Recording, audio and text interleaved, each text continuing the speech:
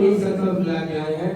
कोई भी नेता के साथ आप लोग पोस्ट नहीं लीजिए, फोटो नहीं लीजिए और उसका प्रचार प्रसार नहीं कीजिए। अपने समाज का हमारा बेटी अगर बेटी में पास करती है उसके साथ सेल्फी लेकर भेजिए। इस तरह से अपने परिवार को, बच्चों को जितना कोई आगे बढ़ता है पढ़ाई शिक्षा स्वास्थ्य में आगे बढ़ता है, खेल कूद में, उसको आगे बढ़ाइए। लेकिन किसी नेता के साथ, किसी दूसरा समाज वाले के साथ सिर्फ फोटो लेना बंद कर दीजिए। ये बहुत इंपोर्टेंट बात आपको बता रहा हूँ। हमारे अंदर ये कारवा तभी बनेगा जब हमारे अंदर अपने अंदर जगेगा डॉक्टर मास्टर साहब, क्योंकि हमारा ये जो सोच है ना, कोई नेता उसके साथ खड़ा हो जाते हैं। क्यों भाई?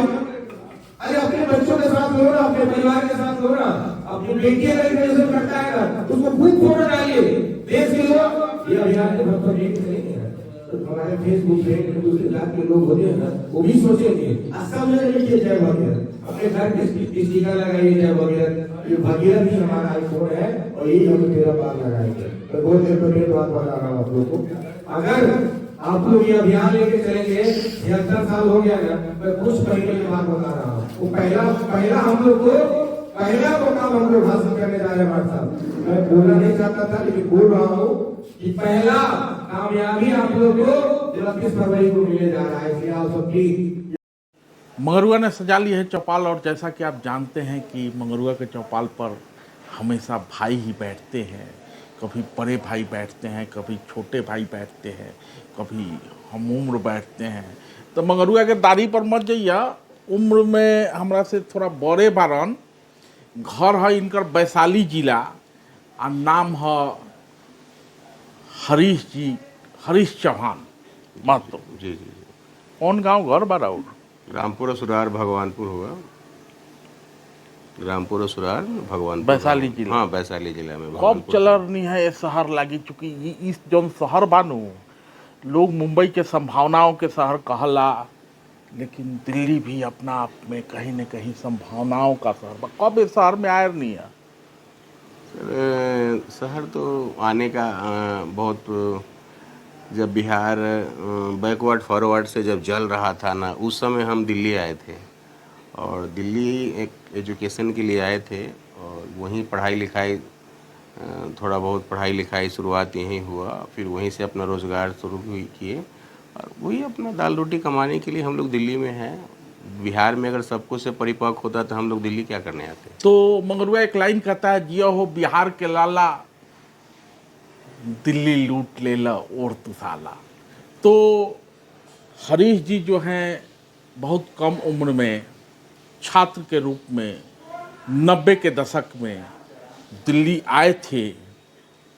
मंगरुआ भी इनसे 4-5 साल बाद ही आया था पढ़ने लिखने के सिलसिले में।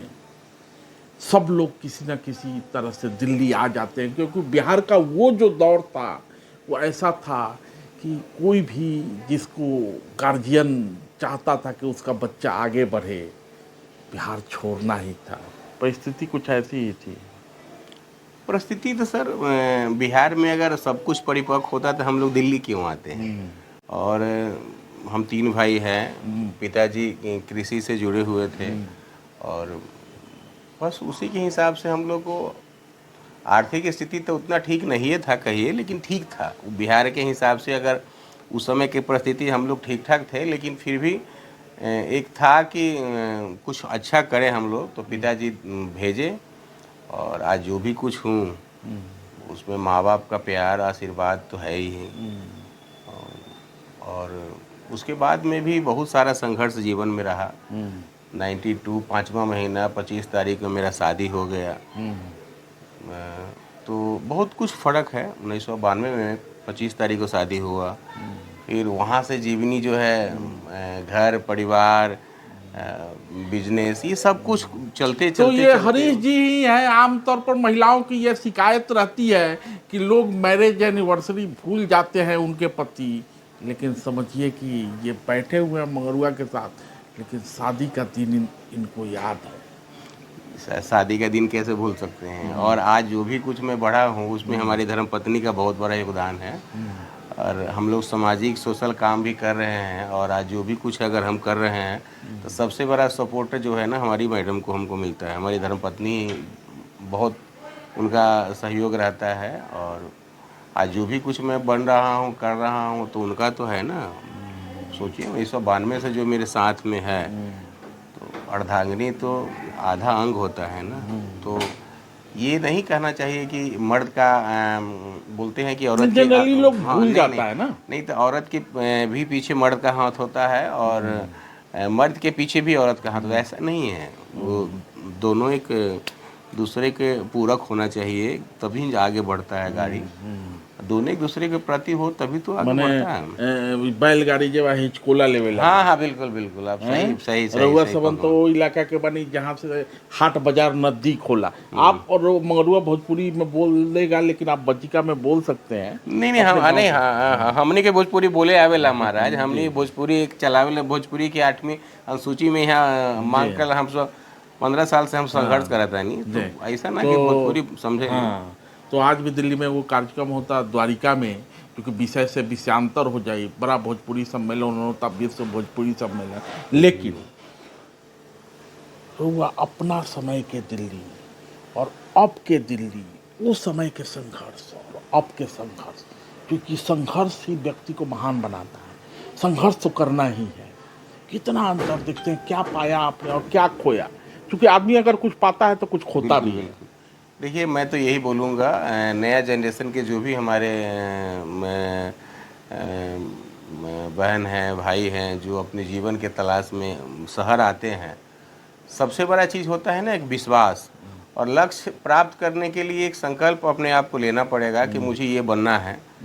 और जब तक आप संकल्प लेकर के उस दिशा में नहीं आगे बढ़ेंगे, तब तक आपका प्राप्ति नहीं होगा वो। तो एक चीज़ अटल करना पड़ेगा कि मुझे कामयाबी पाना है और मुझे कुछ बनना है। तो उस समय के दिल्ली का है या आज के दिल्ली का है, मुझे तो उस पर फ़र्क नहीं लग रहा है, क्योंकि आज भी मैं मेहनत में पीछे नहीं हूँ।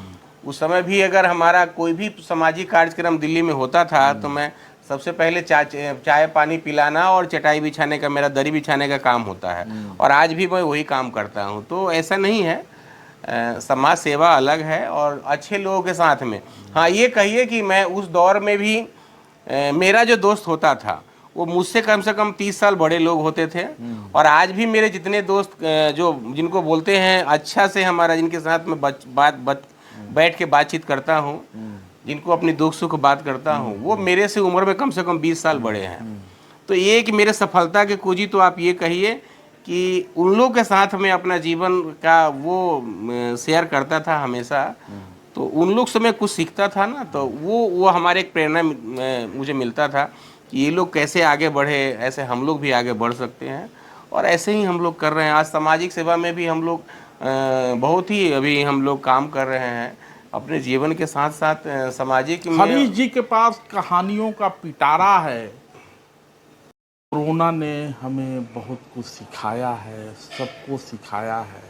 हरीश जी ने भी कुछ सबक ले ली, क्योंकि मंगरुआ हरीश जी को एक सामान्य से व्यक्ति दिखाई दे रहे होंगे, लेकिन इनके पास तरह तरह की कहानियां हैं। उन कहानियों को बारी बारी से आपके साथ रखेगा। लेकिन अभी हरीश जी ने मंगरुआ को एक तरह से ज्ञान दे दिया। राम की चर्चा बहुत होती है, राम, जय श्री राम, सिया राम। राम के नाम पे तमाम तरह के लोग एक भी होते हैं और राम के नाम पे तमाम तरह का विद्वेष भी होता है। लेकिन इनकी कहानी शुरू होती है कोरोना काल में। हर व्यक्ति ने झेला, इन्होंने भी झेला। रउए कह दी देखिए, कोरोना में मुझे लगा कि कुछ बहुत इंसान लोग नहीं समझ रहे थे। पैसा सब ऐसे धरा का धरा रह गया। और मेरे साथ भी कुछ घटना हुआ था। वेंटिलेटर पे हमारा नौबत आ गया था जाने का, बल्कि हमें ले भी गया था डॉक्टर, क्योंकि हमारा पल्स रेट बहुत नीचे था। तो बोला कि ऑक्सीजन लेवल बहुत आपका कम है। वहाँ से जब वेंटिलेटर पे गया ना, तो मुझे लगा कि नहीं, मुझे कुछ जीना है, मुझे कुछ करना है। और वहाँ से मैं रिकवरी किया अपने आप को, और वहाँ से आकर के फिर अपने रूम में शिफ्ट हुआ। और उसके बाद में मुझे लगा कि अब जीवन में कुछ करना है, क्योंकि जीवन में कुछ न कुछ आगे बढ़ने के लिए कुछ न कुछ पहला हम संघर्ष अपने पीछे का देखते हैं और आज का देखते हैं। उसी तरह से सोचे कि अगर इस उम्र में अगर अब कुछ करना है मुझे तो अपने लिए करना है। अभी जो भी हमने किया वो अपने घर परिवार बाल बच्चा सबके लिए, शादी विवाह घर बनाया, सब कुछ किया, लेकिन अब जो करना है मुझे अपने आप के लिए, हरीश कौन है ये पहचान मुझे बनाना है। लोगों के बीच में हरीश कौन है, हम हरीश क्या दे सकते हैं, लोग से हम क्या ले सकते हैं, उनसे कैसे मिल सकते हैं, वो सब करने के बाद मेरे दिमाग में आया कि हम कुछ ऐसा काम करें कि जीवन में कुछ नए सीख ले। और आज के बच्चे जो है वो कम से कम अपने माँ बाप को जो भूल जाते हैं, डॉक्टर इंजीनियर बनने के बाद माँ बाप को वृद्धाश्रम में डालते हैं। तो ये ऐसा लगा कि मुझे कुछ डिफरेंस करना चाहिए, तो फिर मैंने भगीरथ जी को ज़्यादा उनको पढ़ा। बचपन से जब कोई कुछ करता है तो लोग कहते हैं, परिवार समाज कहता है कि भगीरथ प्रयास हो रहा है, लेकिन वो भगीरथ क्या है, भगीरथ प्रयास क्या है, कौन थे भगीरथ? हरीश जी ने आज मंगरुआ को बताया। मैं तो किस्से कहानियों और साहित्य और इतिहास का छात्र रहा हूँ, लेकिन इनके हिस्से का भगीरथ आज मुझे सुनने में। जी आप कुछ कह रहे थे? जी, मैं जय भगीरथ, जय श्री राम। अभी हम सब भगीरथ प्रयास जो आप बताए हैं, मैं भगीरथ से इसलिए ज़्यादा प्रभावित हूँ कि उन्होंने भगीरथ कौन थे ये आज के पीढ़ी को जानना बहुत ज़रूरी है। भगीरथ राजा सगर के चौथे कुंड में जन्म लिए थे और राजा सगर एक अश्वमेध यज्ञ किए थे। वो घोड़ा छोड़े थे असु, वो घोड़ा को इंद्र भगवान ने बांध दिए थे कपिल मुनि आश्रम में, और वहाँ से उनके 60,000 पुत्र ढूंढते ढूंढते वो घोड़ागढ़ ढूंढे कपिल मुनि आश्रम में। और उनको जब वो डांटे, 60,000 पुत्र तो नॉर्मली ये होते हैं, डांटे तो उनको कपिल मुनि शराब दे दिए, तो जल के भस्म हो गए। और वहीं पे वो यज्ञ पूरा नहीं हो पाया राजा सगर का। तो राजा सगर के वो पुत्र को मोक्ष दिलाने के लिए उनका 3 पीढ़ी तक प्रयास हुआ। राजा सगर भी चले गए, स्वर्ग धार गए। उसके चौथे पीढ़ी में राजा भगीरथ जन्म लिए। और आज राम जी का चर्चा होता है भारत में, राम जी का चर्चा, राम जी के नाम पे देश में सरकार भी बन गया, लेकिन राम जी से ज़्यादा प्रतापी उनके परिवार में थे भगीरथ, जो अपने दम पे तपस्या करके शंकर भगवान को, ब्रह्मा जी को तपस्या करके माँ गंगा को धरती पे लेके आए और इतना बड़ा राजपाट छोड़ करके। अब कहिए कि आज का अयोध्या और उस समय का अवध है, आज का अयोध्या उस समय का अवध था, और अवध जो है वो अफगानिस्तान कंधार तक अवध था। इतना बड़ा राजपाट छोड़ करके और सुख शांति छोड़ करके उन्होंने अपने 60,000 पूर्वजों को मोक्ष दिलाने के लिए तपस्या करने चले गए और माँ गंगा को धरती पे लेके आए और अपने 60,000 पूर्वजों को मोक्ष दिलाने। तो हमें भगीरथ से ये सीख लेना चाहिए। आज के जो युवा है, आज के नौजवान हैं, जो डॉक्टर इंजीनियर, माँ बाप उनको अपना खेत, हम तो देखते हैं माँ बाप अपना खेत ज़मीन गिरवी रख के बच्चे को पढ़ाते हैं। जब बच्चा कामयाब हो जाता है तो क्या करते हैं, वही बच्चा उनको, माँ बाप को वृद्धाश्रम में डाल देता है। तो सोचिए, एक भगीरथ थे जो उनके चौथे कुल में जो संकल्प लिए थे राजा सगर, उनको वो 60,000 पूर्वजों को मोक्ष दिलाने के लिए उन्होंने राजपाट छोड़ दिया। और आज के जो बच्चे हैं वो इसी जन्म में, एक ही जन्म में अपने माँ बाप को नहीं पाल पाते हैं, जबकि बच्चा में वही माँ बाप अपने बेटा के लिए, बेटी के लिए क्या नहीं करता है। लेकिन जब वही बच्चा बड़ा हो जाता है, जब माँ बाप जब बूढ़े नहीं उसको बच्चा कहे, जब वो बच्चा रूपी में आते हैं, तो वही बच्चा को, जो बेटा होता है, वो माँ बाप को अच्छा नहीं लगने लगता है, वो बाद में वृद्धाश्रम में डाल देते हैं। तो मैं तो ये अपील आपका जो चैनल है, मैं आपके माध्यम से मैं यही कहूँगा कि भारत से तमाम जो वृद्धाश्रम है वो बंद होना चाहिए। तो हरि अनंत हरि का, तो जैसा कि मंगरुआ ने कहा कि हरि अनंत हरि कथा अनंता है, और ये हरि का कथा है तो कथा का सिलसिला भी जारी रहेगा। कोरोना काल में आप वेंटिलेटर पे चले जाते हैं, जी जी जी जी, बाहर आते हैं, आपके मन में वो भाव जगता है कि नहीं, हमको भगीरथ यात्रा करना है। ये एक तरह का भगीरथ प्रयास ही है। कैसे आप उसको आगे बढ़ाएं, कैसे लोगों को जोड़े, यात्रा का क्या कर रहे थे, क्या चाहते थे यात्रा के जरिए, कैसे? नहीं सर, बहुत अच्छा आपने सवाल किया है। हम लोग जिस समाज से आते हैं वो नुनिया समाज है। नुनिया, बीन, बेलदार, सगर, उपारा, देश भर में अलग अलग नाम से हम लोग जाने जाते हैं। लेकिन कोरोना के बाद जब मैं कुछ नया करना चाह रहा था और भगीरथ यात्रा के बारे में जब चर्चा किया, और भगीरथ यात्रा के बारे में जब चर्चा करते करते हम जब इसकी यात्रा का प्रारंभ किया, तो इसमें सबसे ज़्यादा इस यात्रा में बाद में पता चला कि हम नुनिया समाज जो है ना, वो साउथ के 12 स्टेट में जो इधर से मानते हैं, वो भगीरथ को अपना आइकॉन मानते हैं, भगीरथ को अपना वंशज मानते हैं।